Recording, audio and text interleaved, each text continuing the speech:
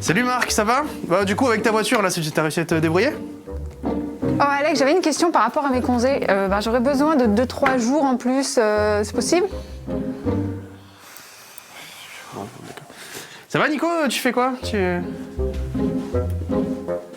Oh là là, j'en peux plus de ces geeks. Franchement, j'en peux plus. Les vieux, c'est plus ce que c'était.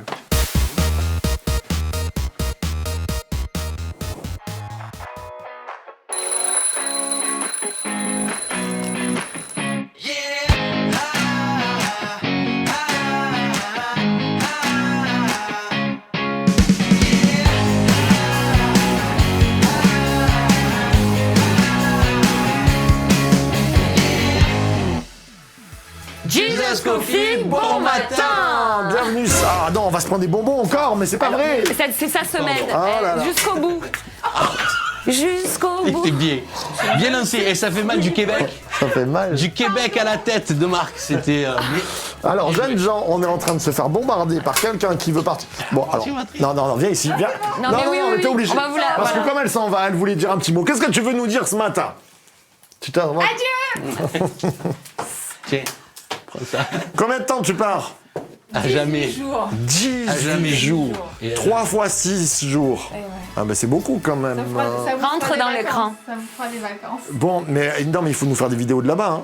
Je vous enverrai des petits trucs. Je vous ferai un Jesus Coffee bon matin. Voilà. Voilà, c'est ça qu'on veut. Voilà. tu le fais faire par les gens de là-bas. Oui, voilà. Avec Jérémy Sourdry, Ils auront un l'Annabelle. meilleur accent que toi. Ah bah oui. Bon, allez, je vous laisse travailler. Bon, allez, on est reparti. Voilà, on s'est fait attaquer par le gaz numéro 1. Mathieu, aujourd'hui, qu'est-ce qu'il nous dit Mathieu aujourd'hui, mon cher Nicolas? Qu'est-ce qu'il nous dit Mathieu? Il nous raconte la vie de Jésus. Ah, c'est bien. l'évangile. Ouais, c'est la bonne nouvelle de Jésus. Bonne nouvelle de Dans le livre de Matthieu. Voilà. Et voilà Ça a été le Jesus Coffee le plus rapide jamais de réalisé. l'histoire. Tu voulais... Non mais alors c'est très intéressant parce que tu voulais nous parler des 7 reproches qui sont... Non, bon, en fait, le livre de Matthieu. Je vais pas finir ma phrase. Non, pardon, Non, ouais, mais parce je que m'en tu vais. Non, mais, de suite, tu vas parler des 7 reproches. Je reprocherai à personne. Voilà. On est excité ce matin. Oui, un petit peu. Non, mais parce que le livre de Matthieu parle aux Juifs. Traditionnellement, on dit ça, on dit que l'évangile de Matthieu, il l'a fait pour parler aux Juifs, Pour les expliquer aux disciples, tout ça, pour faire des disciples. Et eux connaissaient Dieu, tout ça. D'accord, voilà. Et du coup, je suis tombé sur ce passage où je t'ai enlevé. Justement, qui parle des 7 reproches. Voilà. Qui parle des 7 reproches et ça m'a fait penser à... J'ai fait un petit peu je sais pas comment dire, la balance entre les Juifs de l'époque et... Je me suis dit, mais qui? Et nous? Du coup, ça, est-ce que ça parle vraiment encore aux Juifs d'aujourd'hui ou ça parle à quelqu'un d'autre? Parce que c'est ça. Et en fait, je me suis dit, mais en fait, ça nous parle à nous. Les Juifs, ils connaissaient Dieu. Et nous, des fois, je trouve que, c'est vrai que c'est dans le passage des 7 reproches où ça m'a marqué, ça m'a frappé. Mais, je sais pas comment dire, on devient des fois, en accumulant de la connaissance, comme faisaient les Juifs de l'époque, parce qu'ils connaissaient Dieu quand même, hein, ils n'ont pas reconnu Jésus, mais ils connaissaient Dieu. Et du coup, ça me fait penser à des fois, nous, on emmagasine de la connaissance, on emmagasine des choses, et on devient religieux, on devient pharisien, comme on dit dans notre Attention, milieu. ne glisse pas. Dans notre- Est-ce que c'est Parce qu'on n'est pas loin de parisien, il peut glisser. Parisien. Il peut Il est à glisser. tout moment avec son Nos amis t-shirt, parisiens pensent à... Ou alors on est élu et sauvé par grâce, ou on devient pharisien. Par grâce. Parisien, pardon. Par grâce. hein, Par parce que- grâce, Est-ce oh là là. que tu crois que c'est le fait d'avoir accumulé de la connaissance qui les ont fait devenir pharisiens, ou c'est à un moment donné l'accumulation de connaissances mais le manque d'amour qu'ils alors, avaient, parce qu'ils ont accumulé de la connaissance mais ils n'ont pas reconnu que Jésus était le Messie. C'est quand même ça le cœur, non? Mais il y a un danger dans l'accumulation Tu de vois connaissances, je pense, malgré tout. Ben c'est ça, parce qu'il parle quand même des pharisiens et des scribes. Scribes, c'est ceux qui retranscrivent tout Ouais. et qui scribent tout, qui étudient vraiment. Et des fois, on peut se perdre là-dedans. Tu vois, parce que tu as l'image. Je sens. Tu as l'image. Ouais, tu sens, ouais. Du scribe. Non mais je crois que oui, tu as raison. Ils ont perdu cet amour-là et puis ils n'ont pas reconnu Jésus Mais comme le c'est ça en Messie. fait, parce que le fait, c'est ça qui fait. pour moi, c'est pas le problème de la connaissance. Elle a peur parce qu'elle est en train de... Bah oui, Ouais. mais oui. Elle a peur, Mais elle est parce comme que- ça ce mais non, matin. mais sinon on dirait, bon ben ça va, je me je suis conduit uniquement par le Saint-Esprit et j'ai plus besoin de me former, j'ai Mais plus besoin non. d'étudier Non, la c'est parole. pas du- Non, C'est pas du tout je ça. crois que c'est pas ça. Je pense que pas ce qu'il voulait dire. La Bible dit la lettre tue et l'esprit vivifie. Exactement. Ce qui ne veut pas dire que l'esprit doit être sans la lettre, puisque l'esprit rappelle toutes les paroles qui nous ont été données. Oui. Mais s'il n'y a plus l'esprit, En fait, la c'est ça, le lettre tue. Et là, il n'y avait plus l'esprit. Donc il faut l'alliance des deux. exactement. C'est ça. C'est ça. C'est en fait, c'est l'action du Saint-Esprit qu'il n'avait plus. Souvent, quand on devient légaliste, comme on dit, Non, j'ai pas quand peur. on devient légaliste, c'est Vous inquiétez pas. qu'on abandonne tout ce pan-là de ce que Jésus a voulu nous léguer aussi en tant qu'héritage du Saint-Esprit. On l'oublie et on se focalise sur les Écritures, ce qui est bien. Si on a le Saint-Esprit qui nous révèle, qui nous vraiment nous donne les perles, comme vous avez dû en parler mardi. Sinon, ça devient qu'une lettre morte Et du coup, on fait du mal aux gens parce que eux, C'est ça. ils y vont pas et puis ils amènent c'est les une autres épée avec à eux. double tranchant, donc du coup. Mais ce qui est intéressant, c'est cette comparaison entre le pharisien qui est. C'est pas que des reproches, c'est malheureux. Malheur. malheur. Malheur au scribe. Sépulcre Malheur. blanchi. Et on a, chapitre avant, Heureux. heureux. Donc, on a 10 heureux contre 7 malheureux.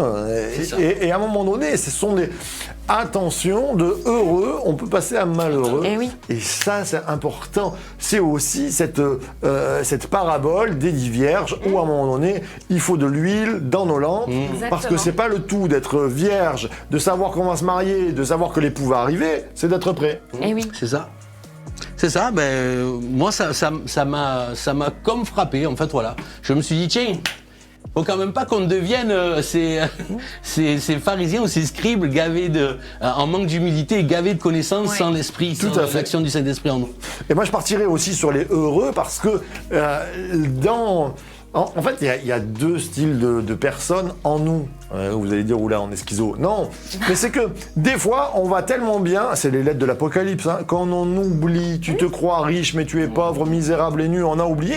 Et d'un autre côté, des fois, où Dieu va encourager des toutes petites églises comme Philadelphie en disant, heureux, heureux les pauvres en esprit, car le royaume des cieux est pour eux, le royaume des cieux. Il se met en application dans notre pauvreté spirituelle. Ça veut pas dire pauvreté, ça veut dire dépendance. Celui qui est dépendance de la vie de Jésus, du Saint-Esprit. Et à un moment donné, on devient heureux quand on est dépendant à Dieu.